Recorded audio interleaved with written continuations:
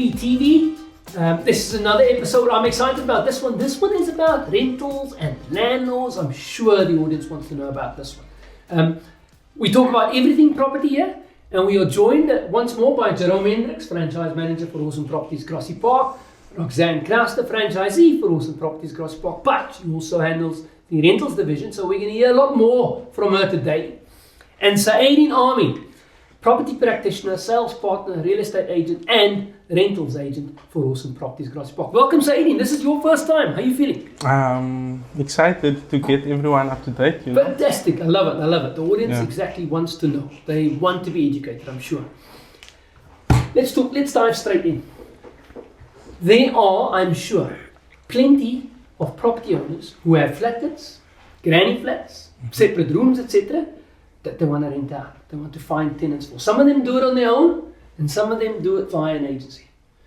What are the benefits, Roxanne, of the agency managing that lease for them? What does it entail? How does that process start? Let's unpack that a little bit. Okay, so I think the benefits of the agency handling it is less headaches for the landlord. So if they have any problems with the property, we handle that. I never bother my landlords, because when we do the mandate, we ask for a certain amount of money in there that we can make decisions on for ourselves in terms of repairs. There's also things that we take into account in terms of if you can't get hold of the landlord, someone else that we can speak to. But generally, the landlords are, they never hear from us. We only speak to them when it's payment time, or when there's a problem, or there's renewal time. And I think the landlords really appreciate that. So if there's a geyser burst at 1 a.m. in the morning, or an incident with a tenant on that property, landlords won't get a call. They don't get a call. You'll get woken up. Correct. We'll sort that out for them. We send them an FYI later, just so that they are in the loop about their property. But that's something we sort out. Similarly to what I said earlier on, we do have the insurance details on file. Yes. So I can call that person directly and sort that geyser burst out and have them come and replace it, or either repair it, whatever the issues are. They can fix it. Mm-hmm. Got you. Correct. And Saeedin, in your experience, finding a tenant for that landlord, I'm sure there are loads of people looking. Yes.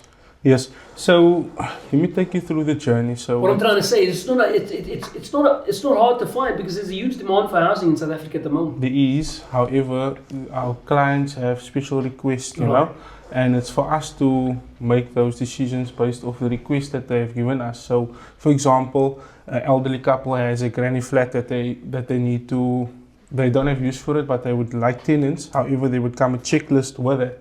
So no drinking, no pets, no kids, So these are the vetting that we need to do, aside from vetting the client, So there's a lot of questions, there's a lot of answers there's a lot of demand as well. But if we cannot find someone that fits the role that the client has given us, it's a no-go. Good. And talk us through that process, Roxanne. And Jerome, I'm going to bring you in a little bit later, because there's a different aspect to this that I want to also focus on. But Roxanne, the vetting part that Saeedin spoke about, what goes into that to ensure? Because there are loads of stories and rumors about, maybe tenants not paying the landlord and staying on the property, and the landlord then has issues. Correct. I'm again alluding to the benefits of going with an agency, but talk to us about that vetting process, please. So the vetting process, in our case, we partner with TPN. We do all our checks on TPN, and it's credit checks, it's criminal checks. Wow. We, in our personal capacity, do Facebook checks. We do true caller checks to check that the numbers are registered. So when you say Facebook, sorry to interject there, you're checking behavior out on social media, on multiple social media platforms. Wow, interesting. Correct. I also even contact mutual friends of the people, just to find out character of the person. Because like Saeedin mentioned, our clients, our landlords, they have specific requirements.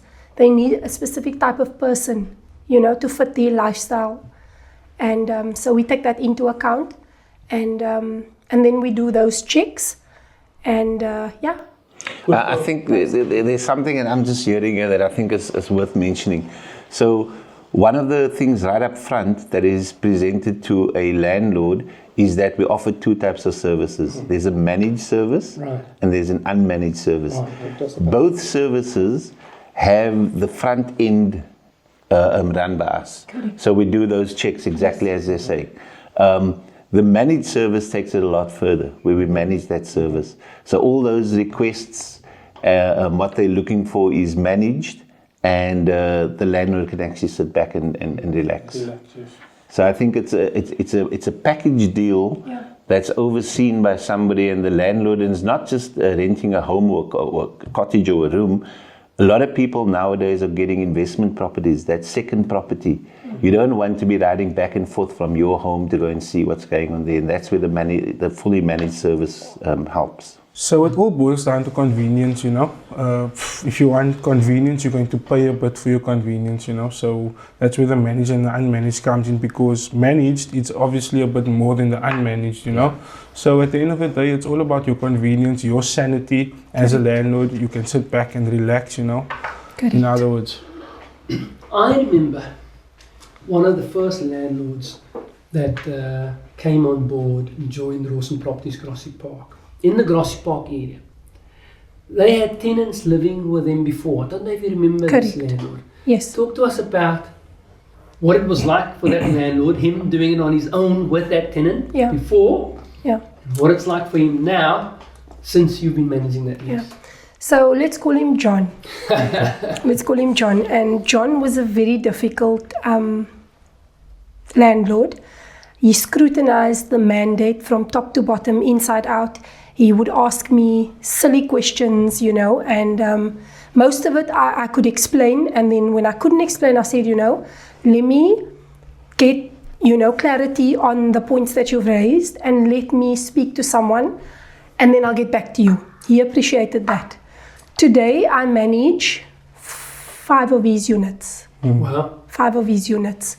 So he had tenants in, and there was a bit of an uncomfortable feeling, because it's not family friends, but there's an acquaintance somehow, and he was afraid of bringing up the increase regularly. So it's the client-facing aspect of it that clients deal with, and that makes it much easier for us to manage it versus them. Correct. So I went in with him, and we had a couple of meetings, and I actually we came up with a plan together that we would increase the rent by 1,000 increments to get them up to standard, up to market related rental. And I'm happy to say that we've got them up to what the market is in the area, and I'm managing those. I just want to add, I went with Roxanne yes, I remember John clearly, and I remember the relationship that it started with, and I think she's understating her value in this deal.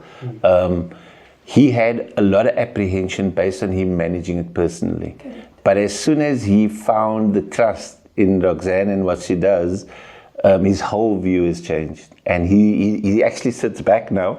He doesn't peruse too much like he used to before, because there's a whole huge trust factor, and I think it's paid off that he's increased his properties now with us and has spoken to other people about it. Fantastic. So I think if you find the right agent to manage it for you, it takes all the burdens away. And he's not even in the city, so I can imagine that must be a nightmare logistically for him, doing it by himself, coming all the way back into the city, and then checking up on all of his tenants at all of the properties and finding whatever he finds. And this is where I have to be flexible as well, because I would need to meet with him at 9 o'clock in the evening, because he's not from here. So, you know, whenever he gets a chance to come, he drives back same time some days, and I have to be flexible.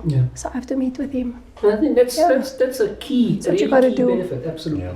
Now, Jerome, sometimes what happens is a client will come on board and we're managing their lease for them. Maybe we've managed a 12-month lease. Maybe the tenant has renewed that and we've managed another 12-month lease. And then they've knocked on our door and they say, I'm ready to sell. What happens there? So fortunately, we're the one-stop shop here. Okay. So we've got the office that does the rentals, and we work side by side. And when they're ready to entertain the ideas of selling, we go through the normal process with them, make certain that they are ready, the property is ready, we do the proper valuations, we put it on the market, and we support them until that's sold. So yeah, it's something that you don't need to hop around and look for the right agency. We're the one-stop shop that can do it for you. Brilliant. So I've actually got a rental at the moment. So the owners told me after a year it is option to buy. So Oh, wow. that's why He's given the tenant option. no, it's given me the mandate to sell to it sell after it. a year. So depending on the client, so that happens with the vetting as well. So if I do have a viewing, I would say this is an option to buy after it's been reviewed. And if that's the case, by all means. And surely the tenant has the first option to buy. Yes. I'm sure they make that Yes. option to the tenant Yes. first. That's where we're going to start. And I think it's important that we say that having the managed service allows us to review your needs annually.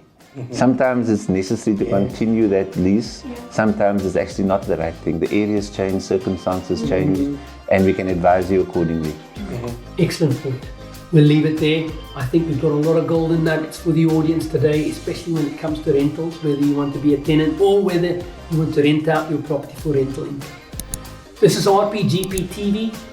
We want to wish everybody a safe and blessed holiday over this festive season period. You take care. Spend loads of time with your family and friends. We'll see you next year, right here on RPGPTV, also known as The Yellow Machine. Take care.